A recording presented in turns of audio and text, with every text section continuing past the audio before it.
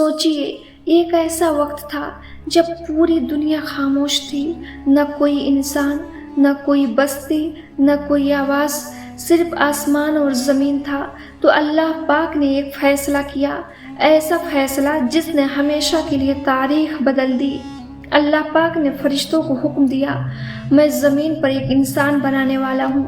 लेकिन सवाल यह है कि यह पहला इंसान कौन था? शैतान ने उसे देखते ही सजदा करने से इनकार क्यों किया? ये वो कहानी है जिसने इंसान और शैतान की दुश्मनी हमेशा के लिए शुरू कर दी। कुरान मजीद सूरतुल बकरा आयत 30 में अल्लाह पाक फरमाता है, और जब तेरे रब ने फरिश्तों से कहा, मैं ज़मीन पर एक खलीफा बनाने वाला हूँ, तो फरिश्ते हैरान हो गए। फरिश्तों ने कहा, या अल्लाह, क्या आप ऐसे को पैदा करेंगे जो ज़मीन में फसाद करेगा और खून बहाएगा? तो अल्लाह पाक ने फरमाया, ऐ फरिश्तों, मैं वह जानता हूँ जो तुम नहीं जानते हो। दोस्तों, ये था इंसान की पैदाइश का पहला ऐलान। अल्लाह पाक ने फरिश्तों को हुक्म दिया, तुम ज़मीन के हर हिस्से से मिट्टी लेकर आओ। अल्लाह पाक के हुक्म से फरिश्तों ने ज़मीन के मुख्तलिफ हिस्सों से मिट्टी को जमा की। कहीं की मिट्टी नरम थी, कहीं की मिट्टी सख्त थी, कहीं की मिट्टी सुर्ख थी, कहीं की मिट्टी सफ़ेद और कहीं की मिट्टी बिल्कुल स्याह थी। मुस्नद अहमद की हदीस में है, नबी करीम सल्लल्लाहु अलैहि वसल्लम ने फरमाया, आदम अलैहिस्सलाम मुख्तलिफ ज़मीन की मिट्टी से बनाए गए, इसीलिए उनकी औलाद के अखलाक और रंग भी एक दूसरे से मुख्तलिफ है। यानी कोई गोरा, कोई काला, कोई सुर्ख, कोई अच्छा और कोई बुरा इंसान है। फिर इन तमाम मिट्टी को एक साथ मिलाया गया, पानी के साथ गूंधा गया और आहिस्ता आहिस्ता एक पुरस्रार मुजस्समा बनाया जाने लगा। ये मुजस्समा इंसान की शक्ल में बनाया गया। आँखें, नाक, कान, चेहरा, हाथ, पाँव, सब कुछ इसी तरह तराशा गया। मगर अभी वो मुजस्समा बेजान था। वो पुतला कई साल तक ऐसे ही पड़ा रहा। फरिश्ते उसे देखकर हैरान होते। इब्लीस बार बार उसे देखने आता, उंगली से ठोक कर सुनता और कहता, ये तो बिल्कुल खोखला है, ये तो कमज़ोर है, ये मुझसे बेहतर कैसे हो सकता है। उसी लम्हे उसके दिल में तकब्बुर बैठ गया और वो दुश्मनी करने लगा। फिर अल्लाह पाक ने फरमाया, जब मैं इसमें रूह फूंक दूंगा तो तुम सब के सब इसके आगे सजदा में गिर जाना। जैसे ही अल्लाह पाक ने इस मुजस्समा में रूह डाला, हज़रत आदम अलैहिस्सलाम की आंखों में रोशनी आ गई और उनकी ज़ुबान से अल्हम्दुलिल्लाह जारी हो गया। अल्लाह पाक ने उनके जवाब में फरमाया, यरहमक रब्बुका, यानी तुम पर तुम्हारे रब की रहमत हो। दोस्तों, ये था इंसान की ज़िंदगी का पहला लम्हा। फिर अल्लाह पाक ने फरमाया, तुम सब के सब आदम अलैहिस्सलाम को सजदा करो। एक ही लम्हा में सब के सब फरिश्ते झुक गए और आदम अलैहिस्सलाम को सजदा करने लगे। लेकिन एक ने सजदा नहीं किया, उसने सजदा करने से इनकार कर दिया। वह था इब्लीस। फिर अल्लाह पाक ने इब्लीस से पूछा, तुमको सजदा करने से किसने रोका है? तुमने सजदा क्यों नहीं किया? तो इब्लीस ने तकब्बुर से कहा, मैं उससे बेहतर हूँ, मैं आग से बना हूँ और ये मिट्टी से बना है, मैं क्यों इसको सजदा करूँ? फिर अल्लाह पाक का गुस्सा इब्लीस पर नाजिल हुआ। अल्लाह पाक ने फरमाया, ऐ इब्लीस, उतर जा यहाँ से, तू मरदूद है, क़यामत तक तुझ पर लानत है।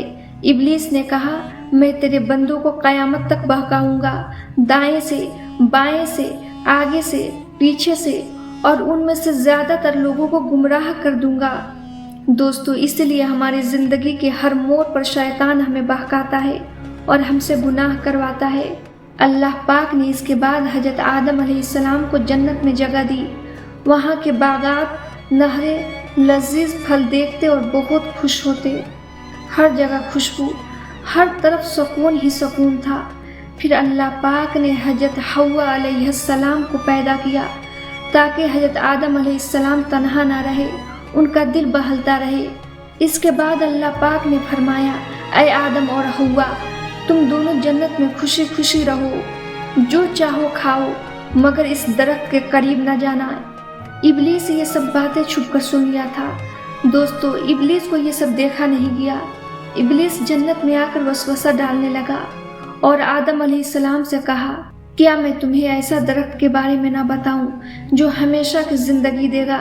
अगर ये खा लो तो तुम्हें कभी भी मौत नहीं आएगी। حضرت آدم علیہ السلام اور حضرت حوا علیہ السلام ابلیس کے دھوکے میں آ گئے۔ انہوں نے اس درخت کا پھل کھا لیا جس کے قریب جانے سے اللہ پاک نے منع کیا تھا۔ اچانک ان کے جسم سے جنتی لباس ہٹ گیا اور وہ ننگے ہو گئے، پھر درخت کے پتوں سے اپنا جسم ڈھانپنے لگے۔ اس کے بعد اللہ پاک کی آواز آئی، اب تم سب کے سب زمین پر اتر جا، وہاں ہی تم رہو گے، یہی تمہاری آزمائش کی جگہ ہے، کچھ وقت گزارو گے اس زمین پر، وہاں تمہیں خوشی غم دونوں دیکھنے کو ملے گا، اور پھر ایک دن تمہیں میرے پاس ہی واپس آنا ہوگا۔